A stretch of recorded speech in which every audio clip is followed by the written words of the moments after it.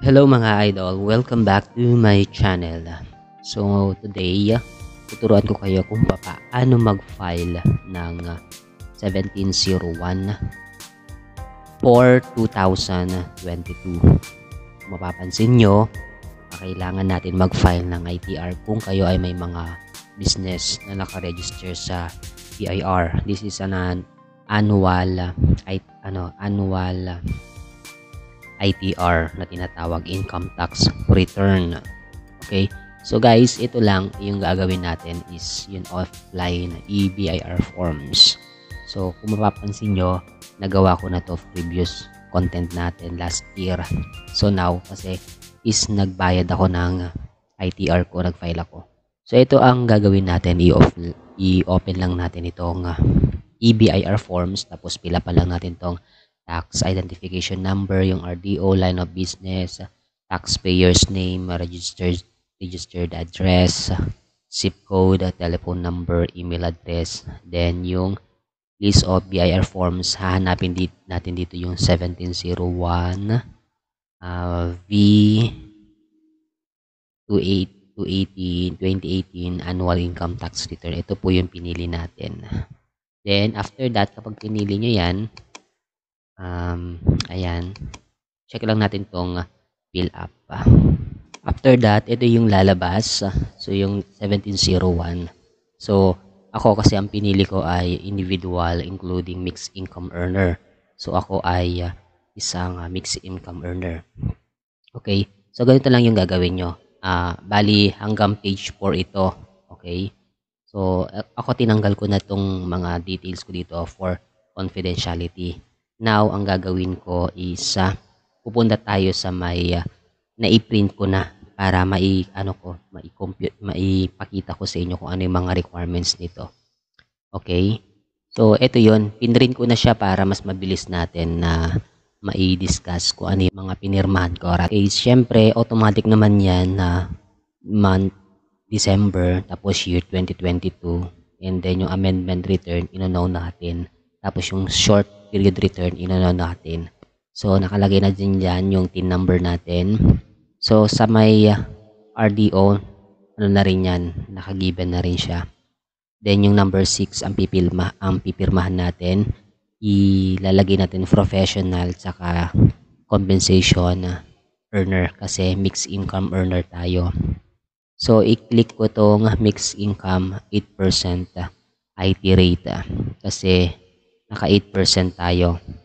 So, nandyan na yung name natin, registered address, ayan, contact number, citizenship, birth date. I-input natin po yung mga yan, double check lang natin.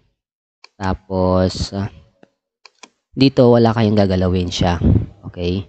So, bali ang binayaran ko is 1,855. So, tuturuan ko kayo kung paano ko in-input yan. Okay? So, dito sa may next page, okay, dito sa may next page, inilagay ko yung aking employer, yung name ng employer, tapos yung TIN number nila. Then, ito sa may compensation income, ito yung mga sinweldo ko sa company. So, makikita ko ito sa aking 2316. So, sa may 2316 po yun yung makikita. Then, dito sa may gross compensation income, so, ito na yung gross ko. Tapos, yung liless ko yung non-taxable exempt compensation. So, nasa range ako ng 250,000. Kaya, ang magiging taxable ko lang sa sweldo ay yung in excess lang ng 264,000. So, 14,000 lang yung aking babayaran dito. So, dun sa next page, okay, para mabilis na lang tayo, dito naman yung na-commission ko dun sa aking pagiging professional. So, nasa 61,000 yung aking na-commission. Then, iniles nila yung ibig sabihin nito is buong commission ko. Okay? Wala pa yung kinaltas na tax doon. Okay? So, makikita naman ito doon sa aking 2307.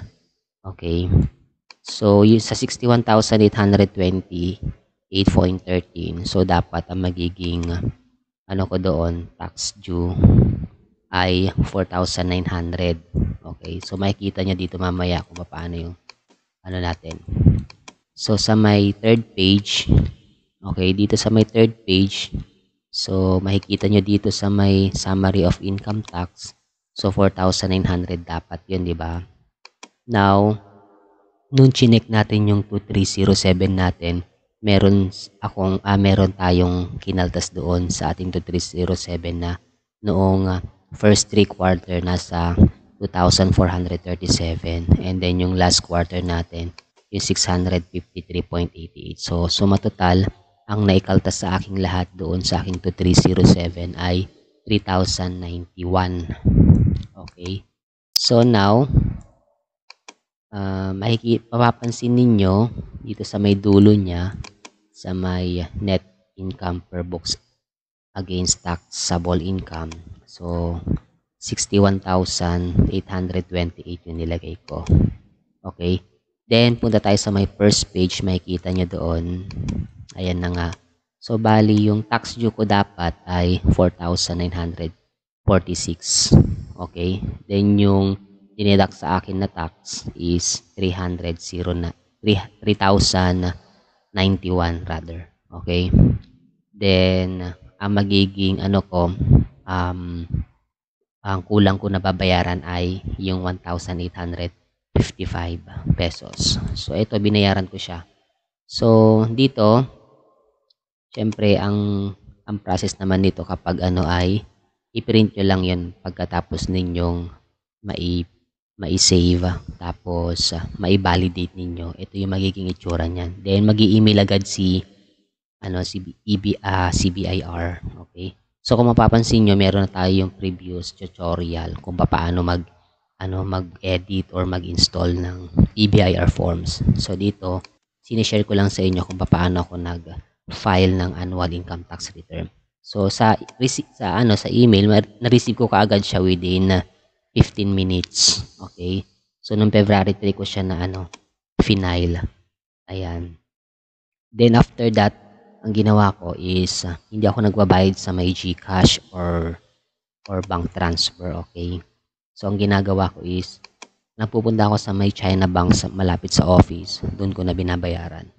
So ito, binigyan nila ako ng resibo. So then tinatakan nila itong aking 1701.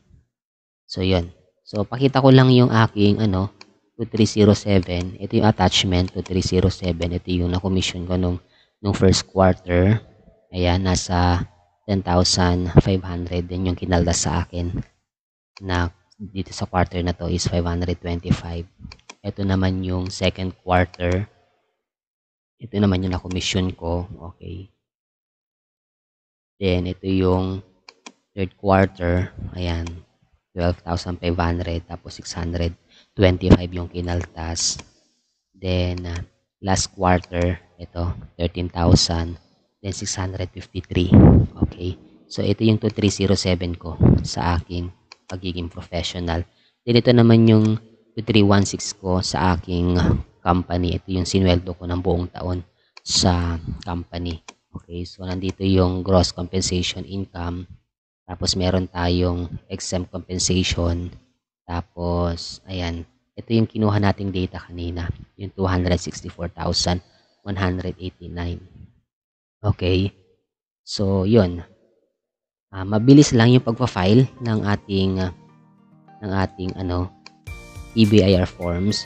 So ang deadline po nito ay April 15, 2023 pa naman. So nag-file na ako ngayon para magawan ko ng tutorial, and then ma-remind din po kayo. So hinihikayat ko kayo na mag-subscribe sa aking YouTube channel at paki-follow tayo sa Facebook page para makatulong kayo sa goal ng ating channel. Maraming salamat and God bless.